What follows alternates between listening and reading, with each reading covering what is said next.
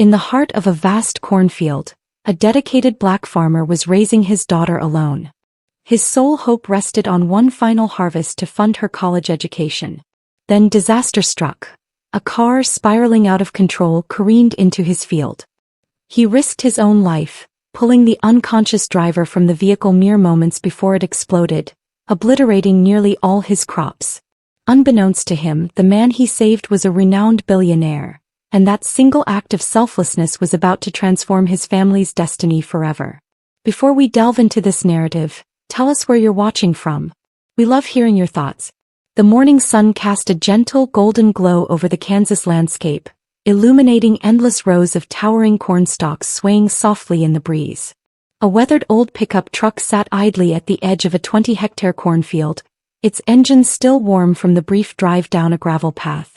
From its open door emerged Isaiah Carter, a broad-shouldered black man in his early 40s, his hands calloused and his eyes reflecting both weariness and resolve. Dressed in faded denim overalls and a sweat-stained flannel shirt, his labor was etched onto him like a second skin, sun-darkened, hardened, strong. This field, stretching beyond the horizon, was more than just earth and stalks to Isaiah. It was heritage, memory, survival. Inherited from his parents who had toiled this very ground until their final days, the field represented the last vestige of a family history forged in hardship and quiet strength.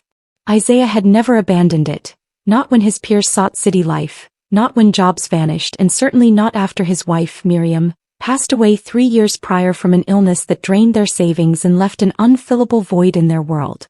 Since then, it had been just him and Elena, their daughter, now 17, bright, compassionate, and brimming with aspirations too grand for their small town.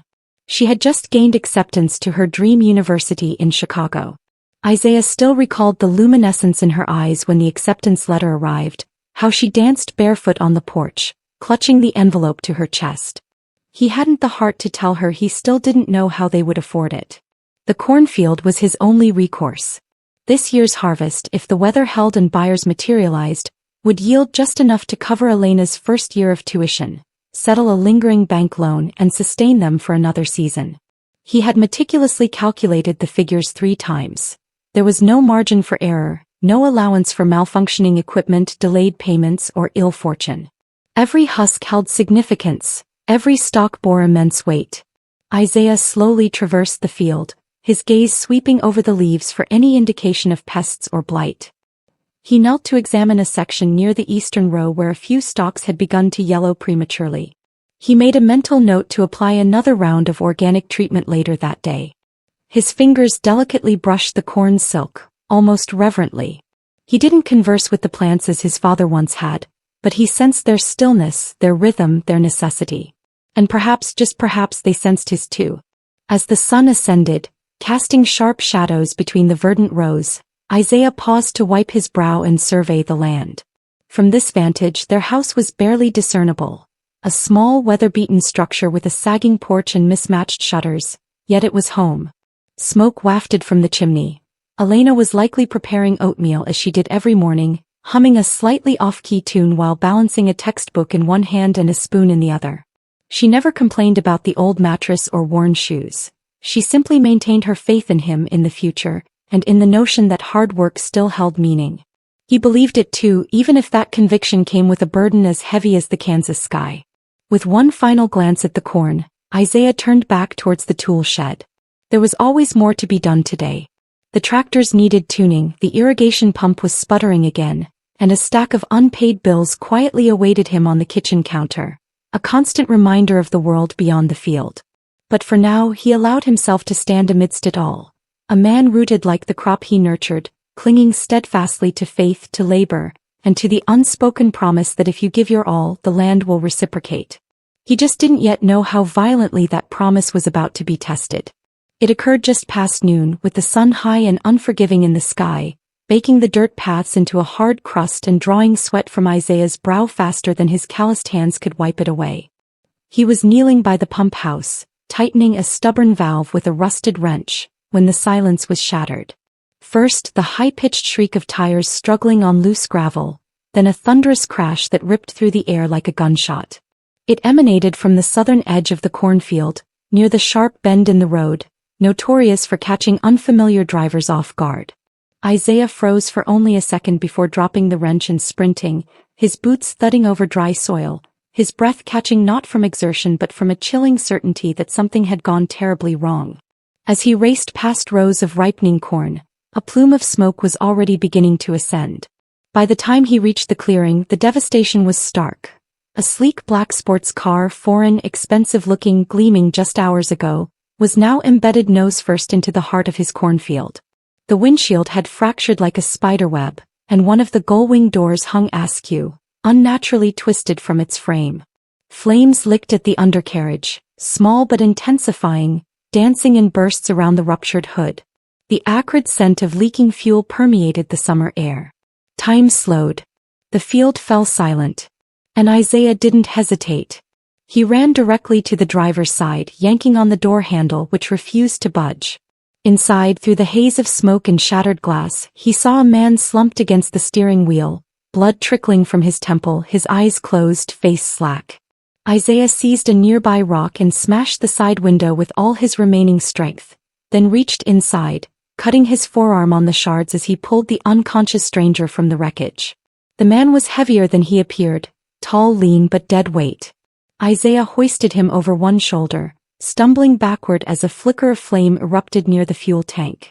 They were no more than 10 yards from the car when the explosion occurred. A thunderous crack, a violent roar that reverberated across the fields and shook Isaiah to his core. A rush of searing heat pursued them, forcing him to duck low and shield the man with his body. When he finally dared to look back, his heart sank. Half the cornfield, his livelihood, his season's labor, his daughter's tuition, was ablaze before his eyes, reduced to orange flames and black smoke. Stalks curled inward like dying fingers. Rows of green turned to ash in seconds. It was all going up in smoke and there was nothing he could do to halt it. For a long moment Isaiah stood there, breath heaving, the stranger still slung over his shoulder. He didn't move. He didn't curse or cry out or fall to his knees. He simply watched, not because he didn't care, but because carrying too much in that moment would have shattered him, and he didn't have the luxury of breaking. Eventually he adjusted the man's weight and began walking towards the house, his boots crunching over burnt husks and smoldering ground. The stranger groaned faintly as they passed the tool shed, and Isaiah glanced down, blood still dripping from his own arm. "You're lucky," he murmured softly, his voice rough. "One more minute and we'd both be gone." Back at the house, he gently laid the man on the worn living room couch, stripped off his soot-covered flannel shirt, and cleaned the man's head wound with a damp cloth. The fire, still raging in the distance, cast a faint glow through the window, but Isaiah didn't look back at it again. He had already committed the shape of the loss to memory. It was seared into his mind as deeply as the earth outside. What mattered now was that the man was alive, and Isaiah, despite everything, had chosen to save him, not because it made sense. The afternoon sun had mellowed into a dusky amber by the time the stranger stirred on the couch. Isaiah sat at the small kitchen table, a towel wrapped around his bleeding arm, slowly sipping from a mug of black coffee that had long since grown cold.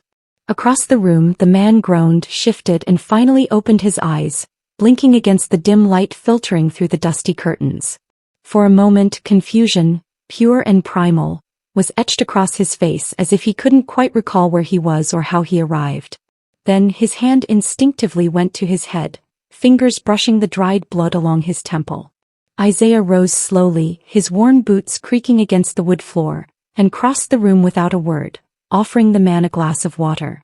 The man took it with trembling hands, drained it in 2 gulps, and finally rasped out the question Isaiah had anticipated. "What happened?" Isaiah answered simply, "You crashed into my field.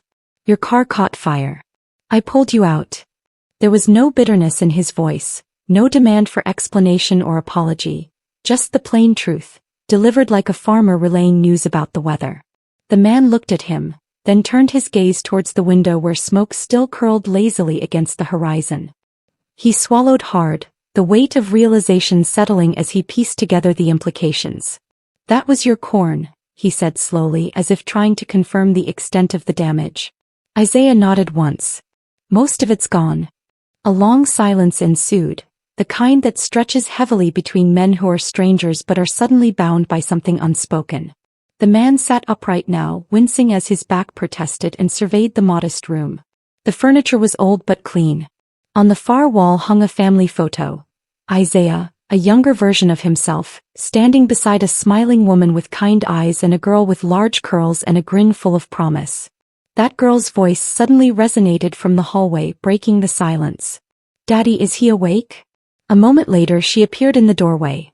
Elena, in a college t-shirt 3 sizes too big, holding a glass of lemonade and an SAT prep book. Her eyes flickered to the stranger on the couch, cautious but curious. Isaiah nodded. "He's awake. Bring him some more water." Elena stepped forward and offered the glass without a word. The man, still dazed, still uncertain, took it with a murmured thanks, his eyes lingering on the girl's gentle face. There was something humbling in the way she looked at him, not with awe or suspicion, but with the steady calm of someone accustomed to tidying up other people's messes. Once Elena retreated, Isaiah eased himself into the worn armchair across from the man and studied him for a moment. "What's your name?" he asked. The man hesitated, then replied, "Alexander. Alexander Reed." He uttered it like a confession, not expecting recognition, but the name landed with no particular weight in the room. Isaiah simply nodded, unaware that the man sitting in his living room was one of the wealthiest individuals in the country. Isaiah didn't track markets, he tracked weather patterns and soil acidity.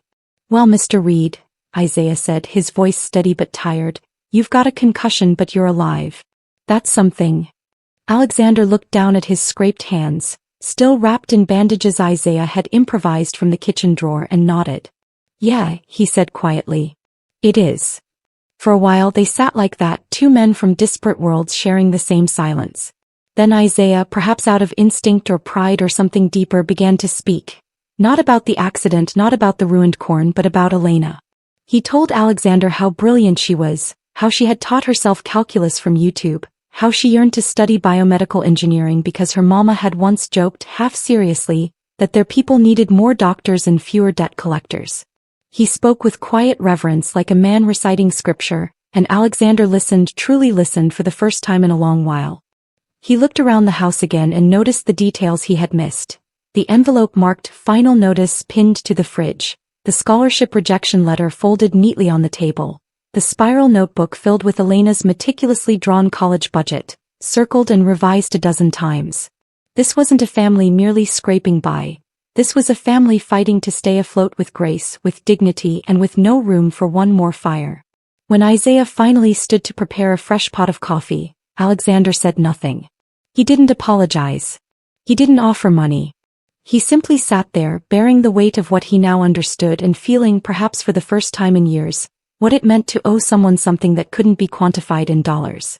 He watched Isaiah moving in the kitchen, watched the sun setting against the horizon, casting the burnt edges of the cornfield in shades of bronze and sorrow. And he understood without being told that he hadn't just crashed into someone's land. He had crashed into a man's last chance. And that man had saved his life anyway. Morning arrived, not with fanfare, but with the low hum of insects and the earthy scent of scorched soil still lingering in the air. The sun had barely begun to rise when Alexander stirred, blinking into the soft light filtering through the living room window. He sat up slowly, his body sore but functional, the memory of fire and Isaiah's face the last clear image before blacking out. For a moment he thought it might have been a dream, until he noticed the bandage on his head, the clean blanket draped over him, and the faint sounds of someone working outside. Curious, he rose, careful with each movement, and stepped onto the porch. What he saw made him pause. Isaiah was already out in the field, boots deep in charred earth, his frame slightly bent as he moved methodically between the rows. The field was a chaotic mess of blackened stalks and ash, but Isaiah wasn't standing in it with despair. He was moving. He was working. With a small spade in hand and a tattered canvas bag slung over his shoulder, he was inspecting the damage with the precision of a man who had no time to mourn. He knelt to check the soil in certain patches, pulling up roots that might still have life in them, breaking off melted irrigation lines to be replaced later, salvaging what little could be saved. Alexander stepped further into the yard and saw 2 elderly men, neighbors perhaps, hauling away the husk of his ruined car, its frame twisted and blackened, the emblem barely recognizable. They worked without complaint, as if doing what needed to be done was reason enough. One nodded to Isaiah, who lifted his head just long enough to return the gesture before continuing to rake out debris from the nearest row. There was soot on his face, blood on his sleeve from yesterday's cuts, and a quiet fire in his eyes that made it clear he had already accepted the loss, and now he was moving forward. Alexander stood in stunned silence. He had witnessed men react with fury over far less. He had seen lawsuits filed over scratched paint jobs, watched grown men shout over market fluctuations they couldn't control. But here was a man who had just lost the one thing he depended on to keep his daughter in school, to keep a roof over their heads, and still he chose work over bitterness. Still he chose to plant again. Isaiah eventually noticed Alexander watching and walked over, wiping his brow with the back of his wrist. "You're up," he said, calm as ever. "Head feeling better?" "Yeah," Alexander replied, his voice low. "Better thanks to you." He hesitated before continuing, glancing at the field. "I didn't expect you to be out here already." Isaiah shrugged, not unkindly. "I can't unburn what's been burned, but I can figure out what's still alive." They stood together for a moment, looking over the damage, ridges of soot marking where crops had once stood tall and hopeful. "This field," Isaiah said quietly, "it was supposed to be everything. Tuition, groceries, loan payments. Now I'll have to find another way." Alexander felt the weight of those words settle like stone in his chest. And yet Isaiah hadn't asked him for anything. No blame, no demand, no anger. Just a quiet truth, delivered like a man relaying the morning's weather. Isaiah bent down again, brushing away blackened mulch to reveal a patch of green that had somehow survived. "Not everything burned," he murmured. "This corner got spared. Maybe enough to replant with what I've got saved. It's late in the season, but I'll make do." He looked up at Alexander then, not with accusation, but with something more difficult to bear: grace. Alexander could barely meet his gaze. He cleared his throat, unsure how to respond, unsure how to carry the weight of what this man had lost because of him. I'll make arrangements," he said clumsily, "for the car to be cleared. The insurance, I'll pay for what Isaiah shook his head gently. "That car is already gone. Nothing to fix there. And I won't let this field die just because of one fire. I got a daughter about to be the first in the family to step into a college classroom. That dream still lives. I'll find a way." Alexander stood frozen. He had no words, only a growing certainty that this man had saved more than just his life. He had shown him something he'd forgotten existed: honor without expectation, resilience without resentment. And he knew, as surely as he'd ever known anything in his life, that this wasn't where their story would end. When Isaiah turned back to the field and resumed his work, Alexander quietly returned to the house. He found a piece of paper, pulled a pen from the kitchen drawer, and wrote 5 words that felt wholly inadequate but honest: "Thank you. I'll be back soon."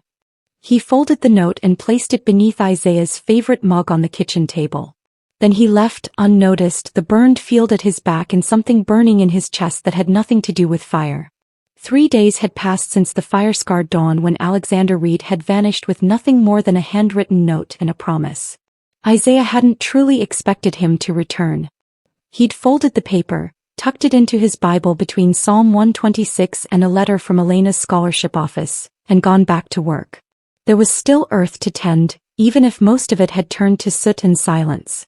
He had salvaged what he could, rebuilt the irrigation line with spare pipe, planted late-season seedlings in the one corner that hadn't burned, and called in favors for second-hand seed. It wasn't enough, it wouldn't be. But it was what he had, and Isaiah Carter had never been the kind of man to stop just because the math didn't favor him. It was just afternoon when the sound came. First the soft grind of tires on gravel, then the crunch of heavy wheels rolling past the fence line. Isaiah was bent over near the well pump, elbow deep in rusted bolts, sweat tracing lines down his temple. He heard it but didn't look up immediately. Folks often got lost out here, mistaking the dirt road for a path to town. Then a second engine joined the first, then a third. By the time he straightened, brushing his hands on his jeans, he could see them. Vehicles unlike any he'd ever encountered parked along his fence. 2 long black SUVs, a flatbed truck carrying what appeared to be a gleaming piece of futuristic machinery, and a silver sedan not built for Kansas dust.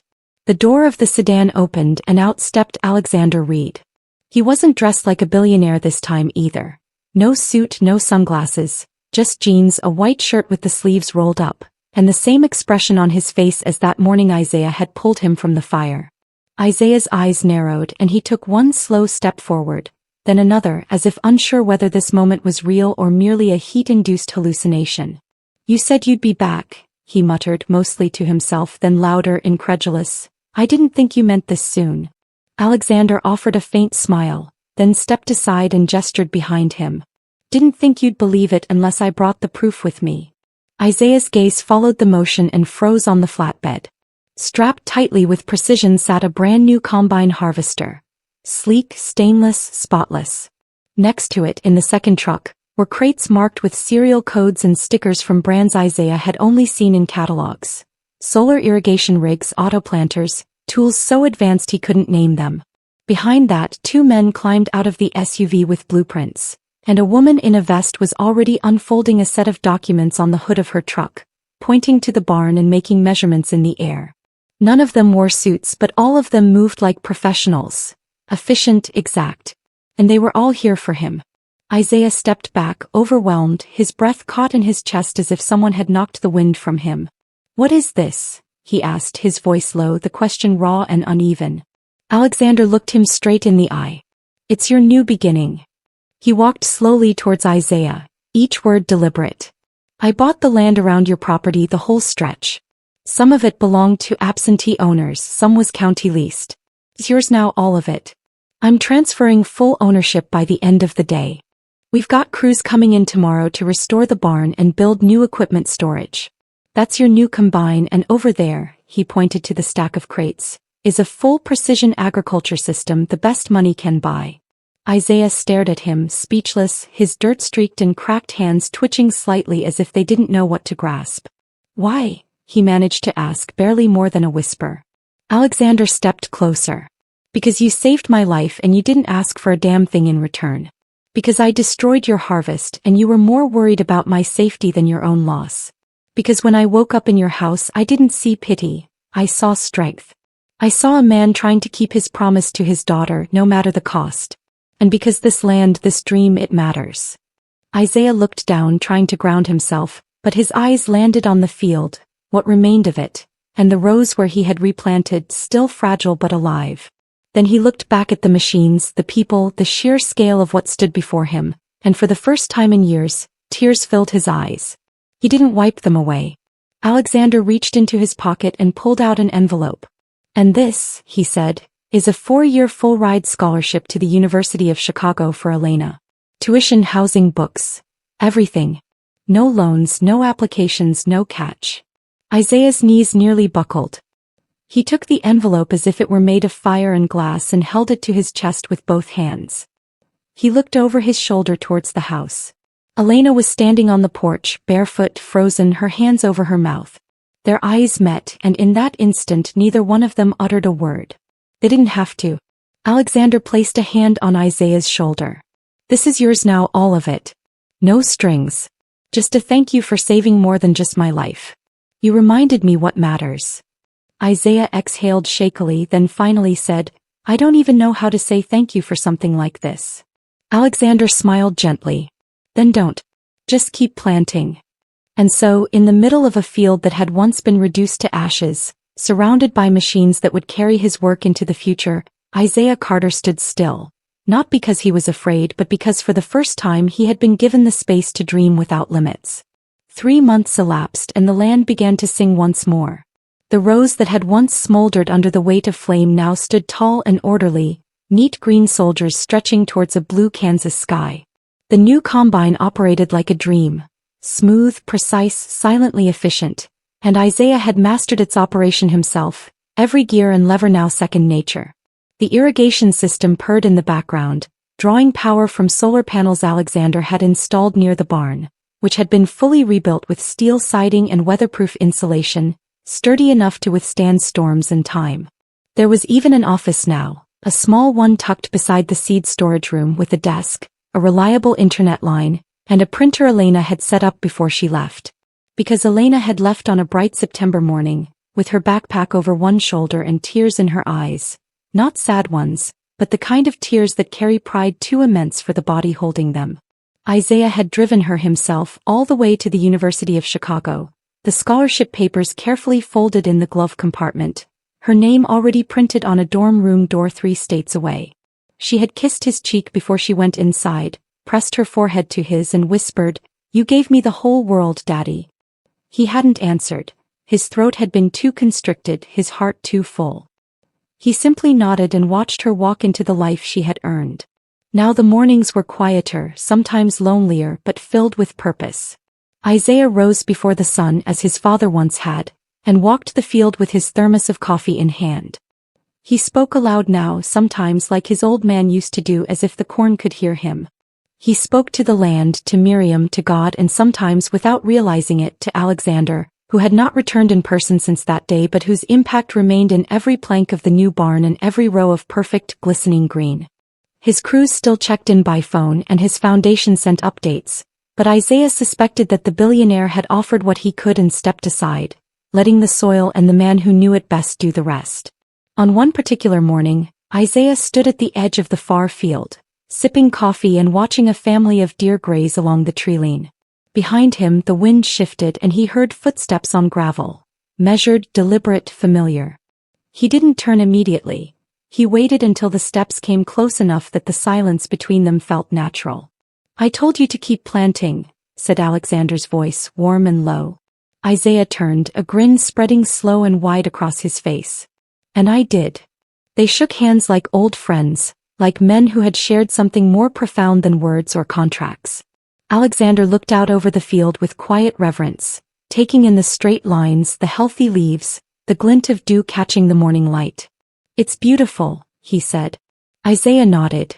"It's home." They walked together then, past the barn, past the new work shed where Isaiah had started teaching a few neighborhood boys how to handle farm equipment, because giving back, he'd said, was just a different kind of harvest. Alexander asked about Elena, and Isaiah pulled out his phone to show a photo of her beaming beside a microscope, her lab coat a little too big, her confidence even bigger. "She's going to cure something someday," he said with a quiet pride that needed no exaggeration. Before Alexander left, they stood at the edge of the field once more. He glanced over at Isaiah and asked, "Do you ever think about that morning? The fire, the loss?" Isaiah looked towards the far rows, golden now with early maturity, the wind nudging them like a blessing. "Every day," he said, "but not with pain. That fire, it cleared what couldn't be saved. Made room for something better." Alexander smiled at that. Funny how sometimes the worst day of your life turns out to be the beginning of the best one. They stood in silence a little longer, just two men and the land between them, connected not by wealth or history, but by a moment of unexpected grace.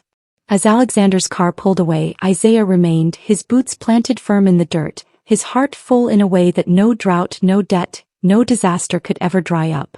Around him, the cornfield whispered in the wind, and the farmhouse stood tall behind him, waiting for the girl who would someday return, not just as a daughter, but as the legacy he had built from fire, from faith, and from the simple, enduring belief that good soil, like good men, always finds a way to grow again. Join us to share meaningful stories by hitting the like and subscribe buttons. Don't forget to turn on the notification bell to start your day with profound lessons and heartfelt empathy.